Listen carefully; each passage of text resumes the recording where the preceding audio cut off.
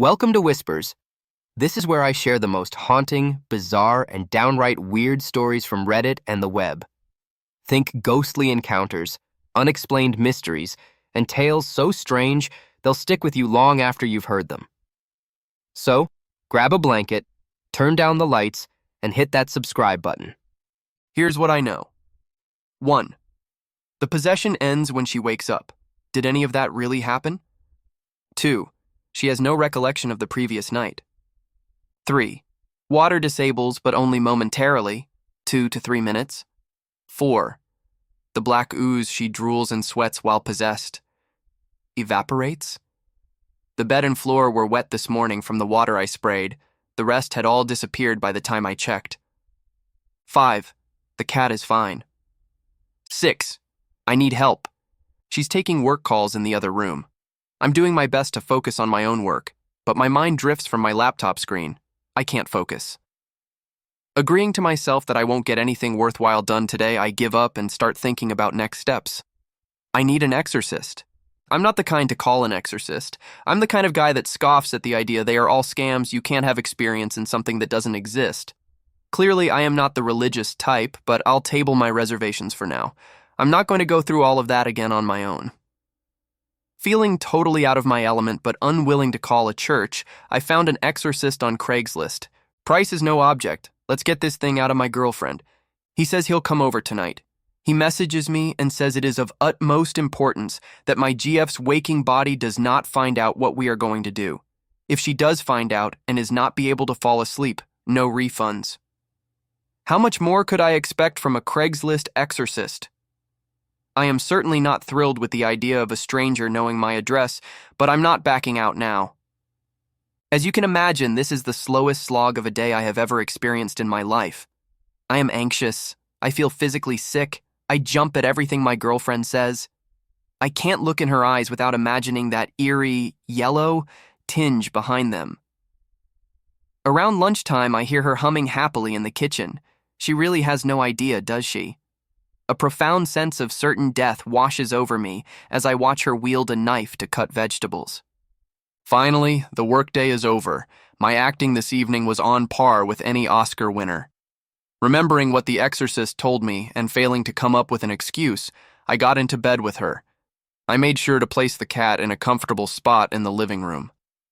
We're reading side by side when she leans over, kisses me goodnight, my eyes open, and turns out her bedside table light. I'm going to keep mine on for now, thank you. My body tense with desire to bolt, we begin to spoon. She cannot learn that something is wrong, just a little longer. I figure I'm safe as long as I exit before she is asleep. She raises her head and asks, "Why is your heart beating so fast?" Thinking quickly, just freaked myself out by my book is all. Maybe reading horror before bed isn't the best decision. Thankfully, she laughs at my obsession for the macabre and returns her head to the pillow. I count down from 3 minutes. That's 180 Mississippis. She must have been close to asleep because she didn't protest when I get up. I install the chair as my lock and wait. "Where are you, Pumpkin? Can't you sleep?" This is so close to my girlfriend's voice, I'm certain I made the whole thing up. I'll play it safe, I decide, and not respond. Again, "It's cold without you, baby, come back to bed." I'm sure it's cold as hell where this thing is from. I'm not opening the door. There's someone coming up the driveway. It's late, don't let them in. I stand up to answer the front door. Outside in the dim front door light is a tall man clad in traditional priest garb. He looks like Ethan Hawke from that movie First Reformed, but clearly with a body covered in tattoos as evidenced by the inked skin poking out from beneath his cuffs. Pretty much exactly what you would expect from a Craigslist's exorcist. There's not much time to introduce ourselves as we hear an alarming scrape come from the bedroom. I take this moment to read the priest's face and check if he actually has experience with this. He seems to at least be brave, his face giving no indication that he is wearing a costume for a quick buck. Outside of the bedroom door now, in hushed tones, he begins to explain what he is going to do. Brandishing a Bible and a small jar of holy water, I decide not to explain that sink water works fine. We're about to open the door. Hands on the chair, I hear scraping again. This time, I realize the sound was never coming from the bedroom. It came from the living room. To my left, I hear the stranger breath out softly. The cat. The cat has been watching us this whole time. Its normally green eyes now bloodshot and yellow, no pupils in sight, poking out from around the corner. Black paste drooling from its agape mouth, leaving a snail trail of fluid behind it as it stalks out into the open. It attempts to hiss while making eye contact with the priest, but all that comes out is a bubbling gurgle as more fluid leaks onto the hardwood. Are the cat's legs longer than usual? It looks like it has grown 5 inches in height, typically sitting around ankle level, but right now could stand as high as my knees. I curse quietly to myself. How could I have been so stupid? Of course the cat managed to get itself possessed. It spent the whole night in the bedroom, presumably mopping up the viscous black oil, wet food, with its mouth. New plan. Cat first. I shit you not, the cat fucking talks. Its mouth doesn't move from its totally agape resting position, but the voice comes out of its mouth. It's that same too deep nightmare voice I'm all too familiar with. I told you not to let him in. Just then, my girlfriend decides she needs attention again. A consistent rapping of knuckles on the door. Let me out, let me out, let me out. I'm triaging this situation in my mind when I realize the moment I took my eyes off of the cat, it has rocketed itself forward, climbed the priest's tall body, wrapped its 2 long legs around his neck, and constricts him like a snake. It maintains dull eye contact with me as I look on in horror. The priest drops his Bible and holy water on the ground, attempting to tear the cat's octopus-like legs away from his neck. He succeeds momentarily and cites what I assume is a Bible verse. The cat puts a stop to this with a quick navigation of its tail deep down into the priest's throat. Coughing and hysterical, he can't manage to escape its impossible grip, claws digging bloody fissures into his neck. My turn, as I grab the holy water from the ground and grapple with the cat's jaw, pouring the contents of the jar down its slime-obstructed throat. Immediately, the cat falls to the ground like a corpse, legs splayed in every direction it lays on the ground, defeated for now. Once the cat is safely inside its travel carrier, the priest and I share a grim look. I ask him if he's ever dealt with this kind of thing before. Rubbing his neck, of course, 1,000 times. It takes a great deal of conviction for me to not physically roll my eyes. Glad to have you around, then. Let's move on to part 4. Slime tendrils seek blind escape from air holes in the side of my travel carrier as I explain to the priest not to swallow any of the black liquid. I think there may not be much hope for him now that my cat's tail has penetrated deep into his throat. But we can discuss this later. My train of thought is interrupted by the sobbing harassment of a girlfriend possessed in the bedroom. You don't love me. You never loved me. The doorknob shakes with dreadful force, tremors ringing through the hallway. Fingers emerge at the bottom of the door, viscous oil dripping from under splotched fingernails. Open this door or I kill the girl. The fingers vanish. A pause. Breaking glass from inside the room. Is it planning to jump out of the window? Surely it is bluffing. We are on the 3rd floor. Like any parasitic creature, it wouldn't gravely harm its precious host? There is a renewed sense of urgency at this threat, but I am at a loss. We poured holy water down the cat's throat, but its body has already turned into an abomination I can only describe as the alien from The Thing. I wonder to myself if one of those squirming legs is going to detach, sprout a blinking eyeball, and hide in the vent. I feel helpless. I can't stay up all night misting my girlfriend like she is a damn pet chameleon for the rest of my life. Still out of breath from being choked by my cat, the priest manages to wheeze, "We need to open the door." What will we do? Water stops her, but only for a minute. It's too dangerous to perform the rites while she is in this form. We'll get her in the shower and then restrain her. This is a good idea. Why didn't I think of that? Feeling a touch more brave as the priest increasingly proves himself as an asset, I begin to remove the chair. Thank you, baby. Why did you lock me in here? I have been so scared. My subconscious will forever be unwilling to separate the pleas of a demonic beast from the genuine pleas of my loving girlfriend. I hesitate, but with effort manage to shrug off this false appeal for normalcy. Chair in hand, I take a step back from the door. For a single beat, there is silence. The latch clicks. She is opening the door. Shining, black-slicked hair emerges, covering her face in totality through the crack in the door. She seems to have gained several inches in height as her full form comes into view. Then a single ringed yellow eye reveals itself through her long hair. I search in that eye for some sign that she is still in there. Somewhere? Anywhere. She is wielding a broken shard of glass and holding it to her own wrist. There is no time for protest before the priest has already sprayed her down. Her frenzied dodge is thwarted as a second jet of water dampens the pajamas my mother bought her for Christmas. I will never forget the powerlessness I felt in the next few moments. With only a few seconds left of control, the demon cuts my girlfriend's hand cruelly at the wrist with the shard of glass. That not being enough, she gnaws the rest off with her mouth. Completely dismembered, her hand splashes to the ground in a grotesque, murky puddle of blood and oil. Stunned, I witness a transformation of the human body before me. Her body shakes globally and erratically on the ground as her skin regains its color. I remember a classmate from school who had seizures and that we needed to protect her head, but I am incapacitated.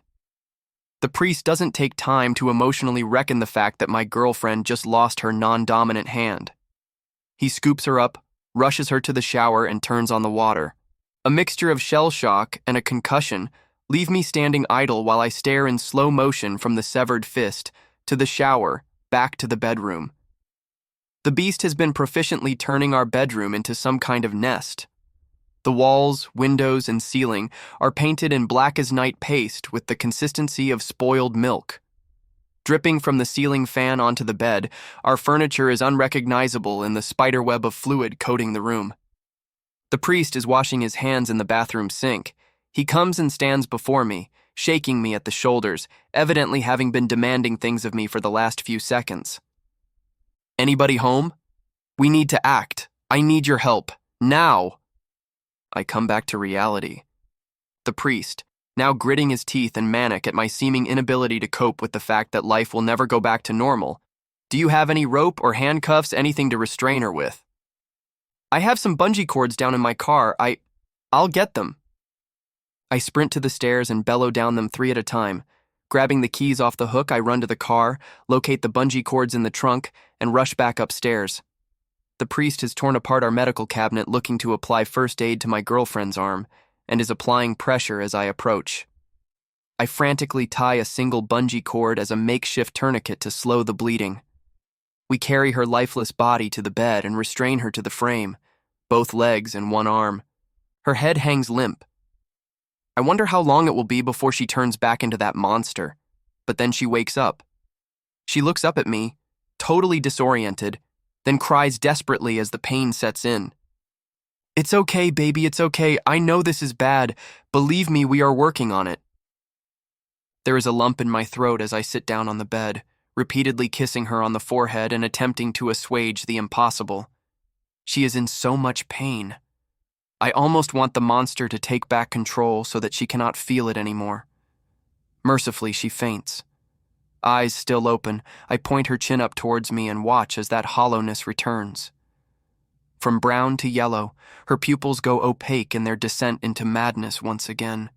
Tears and blood still on her face, she smiles. "It is over. You have failed. Amen." That too familiar deep voice reverberates through a sinister grin.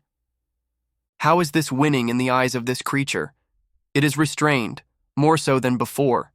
It knows something we don't. Something moves in my peripheral. It is my girlfriend's severed hand, fingers padding across the floor like a spider. A trail of sludge follows it as it reaches its destination.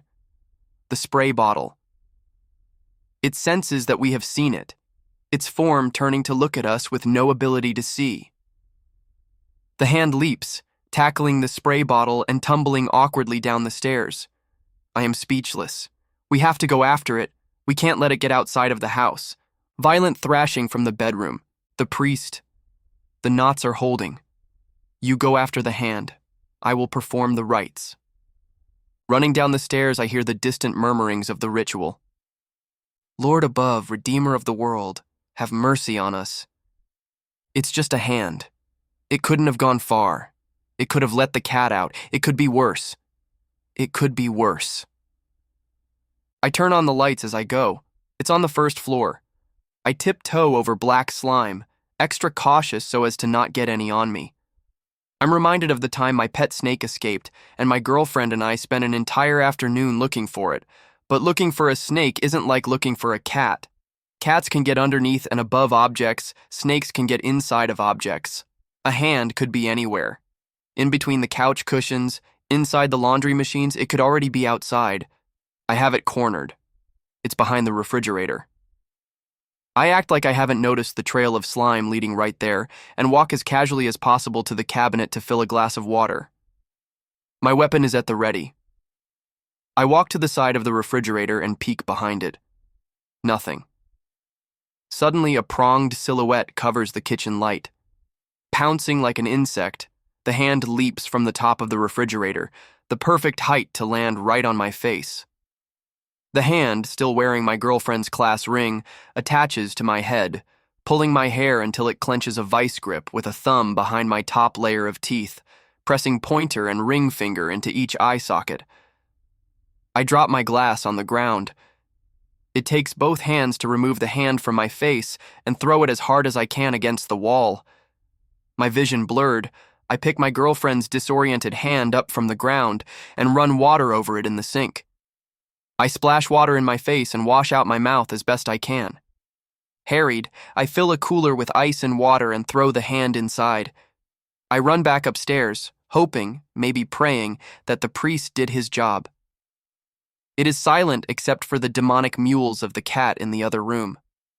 The priest is hulking over my girlfriend, muttering something under his breath as he cradles the Bible in one hand and his fingers point in all directions in the other. Noticing me, he hurriedly shuts his Bible. But seeing one of the pages, I note that it is in fact not a Bible at all. Inside are what I can only imagine demonic scrawls and symbols would look like. But the priest has done his job, he says. The demon has left her.